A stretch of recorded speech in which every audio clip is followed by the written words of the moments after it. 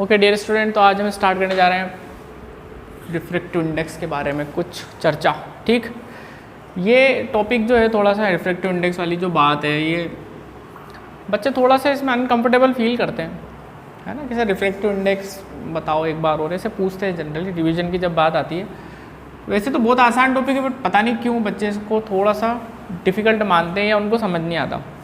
तो एक बार आप अच्छे से सुनना बेटा, मैं क्या बताने की कोशिश कर रहा हूँ। उम्मीद है कि आज के लेक्चर के बाद, ये जब लेक्चर पूरा हो जाएगा तो आपको रिफ्रैक्टिव इंडेक्स से रिलेटेड कोई भी इशू नहीं रहेगा। वादा है पक्का वाला, ध्यान लगा के सुनना है बस, कंडीशन ये है। ओके, तो रिफ्रैक्टिव इंडेक्स है क्या? पहले तो नहीं, ये है एक रेशियो का नाम, रेशियो का नाम। ठीक है, क्या है ये? एक किसका रेशियो? दो स्पीड्स का रेशियो। आया समझ में?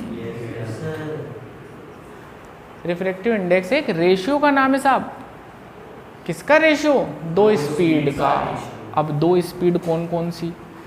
तो एक स्पीड तो है लाइट की वैक्यूम में, और एक लाइट की स्पीड है, नहीं रे, मीडियम में बेटा, जिसका रिफ्रैक्टिव इंडेक्स हमें निकालना है। रिफ्रैक्टिव इंडेक्स दो प्रकार के होंगे। नंबर 1 एब्सोल्यूट रिफ्रैक्टिव इंडेक्स, और number 2 relative refractive index. Relative refractive index, ठीक है।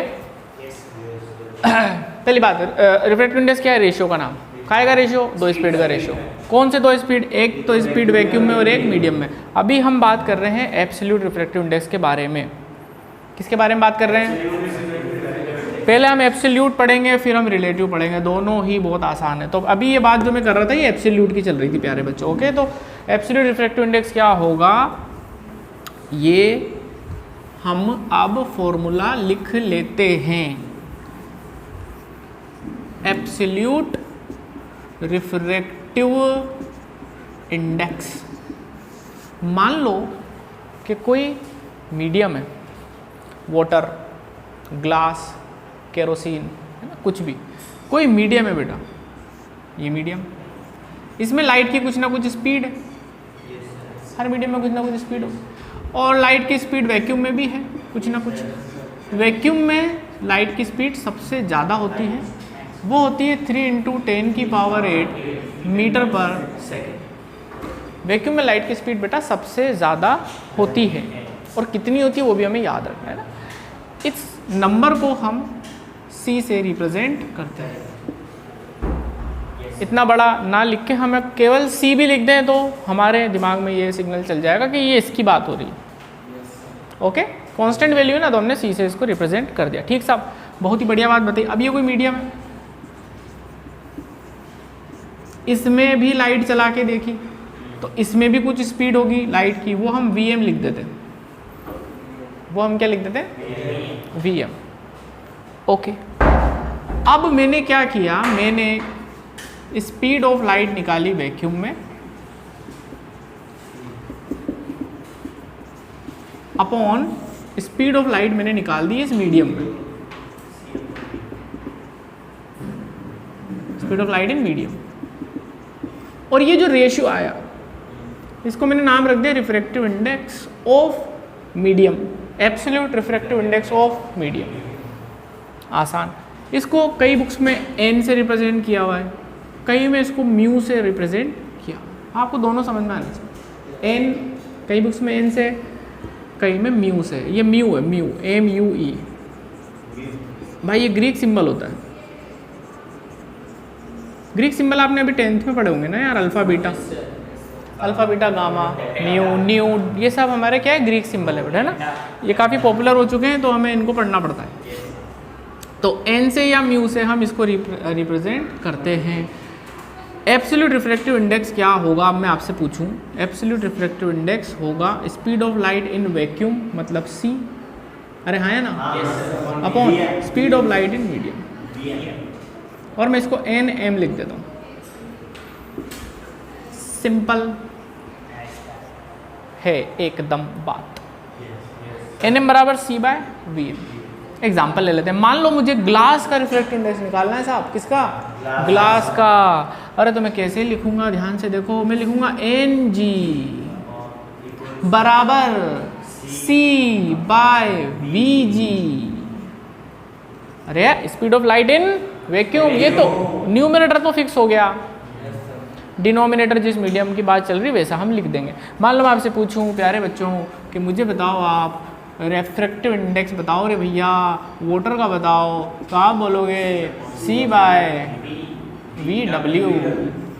मैं बोलूँ केरोसिन का बता दो भैया, तो आप बोलोगे ये लो n के बराबर c बाय वी के। ये लो, आ गया समझ में? अब थोड़ी और चर्चा जारी करें। भाई ये रिफ्रैक्टिव इंडेक्स से हमें क्या पता चलेगा, क्या पता चलेगा? हमें से ये पता चलेगा कि मटेरियल कितना डेंस है और कितना रेयरर है, कितना डेंसर है और कितना रेयरर है। अरे थोड़े दिन पहले पढ़ाया था मैंने, जिस मटेरियल का रिफ्रैक्टिव इंडेक्स ज़्यादा होगा वो डेंसर होगा, जिसका रिफ्रैक्टिव इंडेक्स कम होगा वो रेयरर, ऑप्टिकली रेयरर होगा। बोलो भाई क्लियर? समझ भी सकते हैं क्योंकि n देखो ये तो कांस्टेंट है ना, तो हम n is inversely proportional to v लिख सकते हैं क्या? देखो देखो देखो देखो, यानी speed of light in medium अगर कम है तो n ज़्यादा है, और जिस मीडियम में लाइट की स्पीड कम होती है वो डेंसर कहलाता है। हाँ या ना भैया? तो ये तो वही बात हो गई कि v कम तो n ज़्यादा, और n ज़्यादा तो फिर वो डेंसर भी ज़्यादा होगा, ऑप्टिकली डेंसर होगा। रिफ्रैक्टिव इंडेक्स का एक सिग्निफिकेंस है। मैं आपके सामने 3 वैल्यू दे दूं a b c 1.1 1.6 1.9, ये रिफ्रैक्टिव इंडेक्स है 3 मीडियम का। आपके दिमाग में ये देखते ही पहली चीज जो स्ट्राइक करेगी वो ये करेगी कि सबसे ज़्यादा डेंसर तो c है और सबसे ज़्यादा रेयरर तो a है, यानी लाइट की स्पीड सबसे ज़्यादा a में है। अरे डेंसर में स्पीड कम होती है। अरे हाँ या ना भाई? ये चीज़ तो यार बिल्कुल ध्यान रखनी है। डेंसर में स्पीड कम होती है, इसका रिफ्रैक्टिव इंडेक्स ज़्यादा है, ये डेंसर है तो स्पीड तो कम होगी ना भाई। बिल्कुल बिल्कुल, समझ गए? ओके, यूनिट बता दो और इनाम ले जाओ। अरे यूनिट लेस है। अरे बेटा देखो ना, स्पीड ऑफ लाइट किस में आएगी? मीटर पर सेकंड। इन वैक्यूम मीडियम इसमें आएगी तो मीटर पर सेकंड में ही आएगी। यूनिट लेस क्वांटिटी है भैया, तभी तो बोला था इनाम ले जाओ। यूनिट थोड़ी ना है इसकी, ये तो यूनिट लेस है। ये क्या है? हाँ यूनिट लेस क्यों है? Because it is ratio of two speed. ओहो, it is ratio of two speed, तो यूनिट से यूनिट तो कट ही जाएगी। ठीक है, अब मैं आपको बोलूं कि भाई अब देखो 1 मिनट ध्यान से सुनना, इसमें जो बिल्कुल ही सिंपल सवाल जो होंगे उसमें क्या होगा भाई? 3 चीजें दिखाई दे रही फॉर्मूले में, ये तो जग जाहिर है इसकी तो वैल्यू, ये जग जाहिर हो गया 3 × 10 की पावर, मतलब इसको तो देना ना देना बराबर है। बचे ये 2, इनमें से एक देके दूसरा पूछ लेंगे। मतलब सिंपल सवाल तो यही होगा इसका भाई, n देके v पूछ लूंगा या v देके n पूछ लूंगा। क्या ये सवाल कर सकते हो? ऐसे सवाल में कराने भी वाला नहीं हूँ, मैं तो सिर्फ बता रहा हूँ कि ऐसा हो सकता है। ठीक है ना, मैं आपको n अगर 2 दे दूँ और मैं आपसे vm पूछ लूँ तो ये अगर आप नहीं कर पाए तो यार मतलब ये तो फिर मजाक वाली बात हो जाए ना। 2 = हो जाएगा कि नहीं होएगा बताओ? या उल्टा करते हैं अपन, बताओ।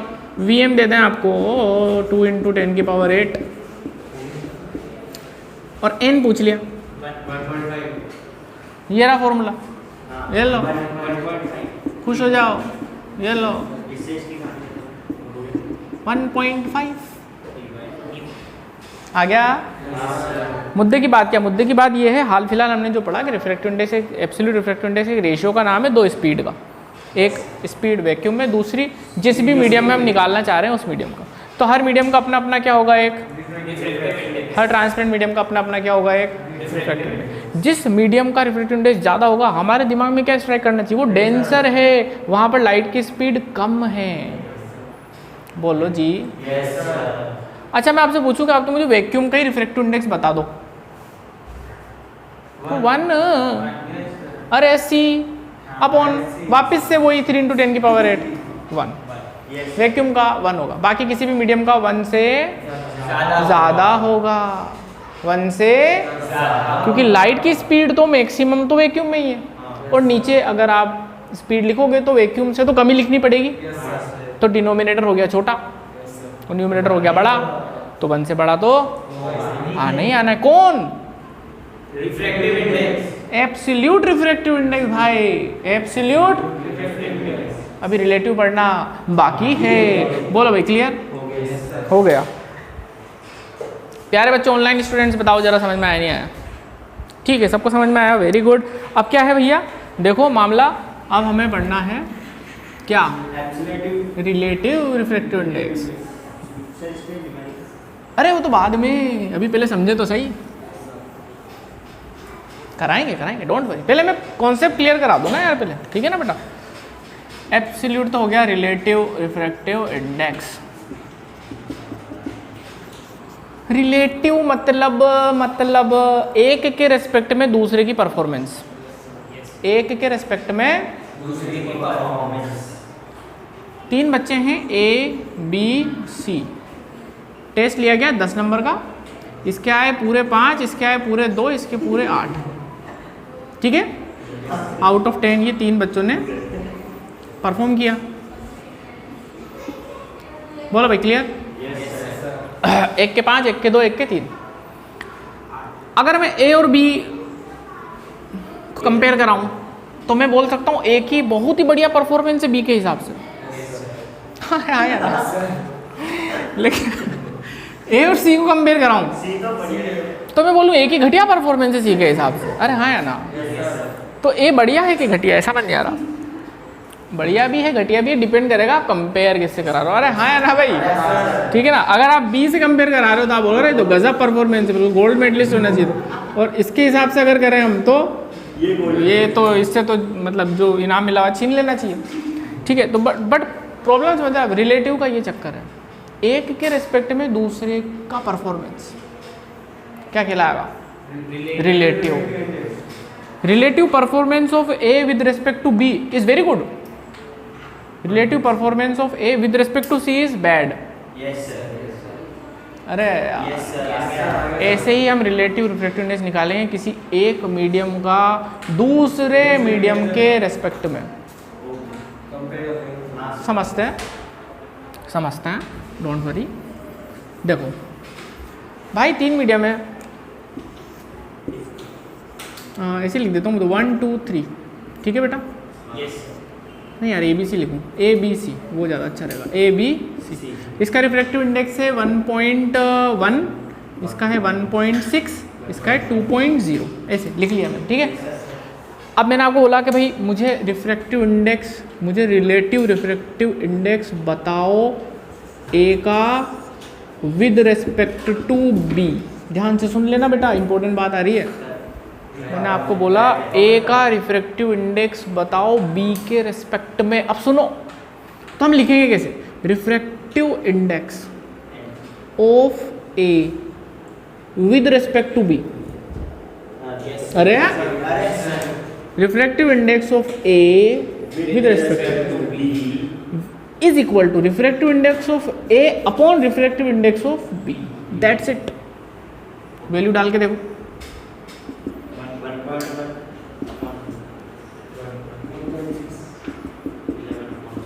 आया नहीं आया समझ? ये 11/16 क्या है, ये क्या है, ये रिलेटिव रिफ्रैक्टिव इंडेक्स है A का B के रेस्पेक्ट में, A का B के रेस्पेक्ट में। अरे मैंने आपसे पूछा कि आप तो मुझे A का बता दो C के रेस्पेक्ट में, तो आपने बोला ये लो। यानी 1.1 बाय 1 नहीं 2.0 11 बाय 20। मैंने बोला आप तो मुझे b का बता दो a के रेस्पेक्ट में, तो आप पहले b लिखोगे अपॉन a। एक minute, a with respect to b में पहले कौन आ रहा है? a। जिसके रेस्पेक्ट में निकाल रहे हैं वो कहाँ आ रहा है? नीचे। ये क्या है? b with respect to a। अरे ये क्या है? पढ़ना आना चाहिए। b with respect to a तो हमें इसे लिखेंगे। अरे बोलो भाई, यानी ये तो हो जाएगा 1.6 बाय 1.1 यानी 16 बाय 11। मैं तो बोल रहा हूँ आपको c का निकाल दो a के रेस्पेक्ट में। अच्छा पहले अगर ये लिखा हुआ है तो पढ़ोगे कैसे?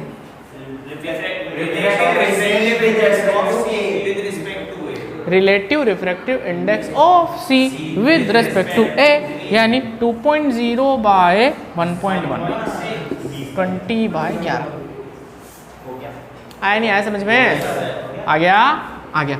देखो A का B के रिस्पेक्ट में कुछ और आंसर आ सकता है, A का C के रिस्पेक्ट में कुछ और आंसर आ सकता है। यानी रिलेटिव तो डिपेंड करेगा किसका निकाल रहे हो किसके रिस्पेक्ट में। बोलो भाई क्लियर है क्या बात? हो गई क्लियर। आप सुने आगे की चर्चा।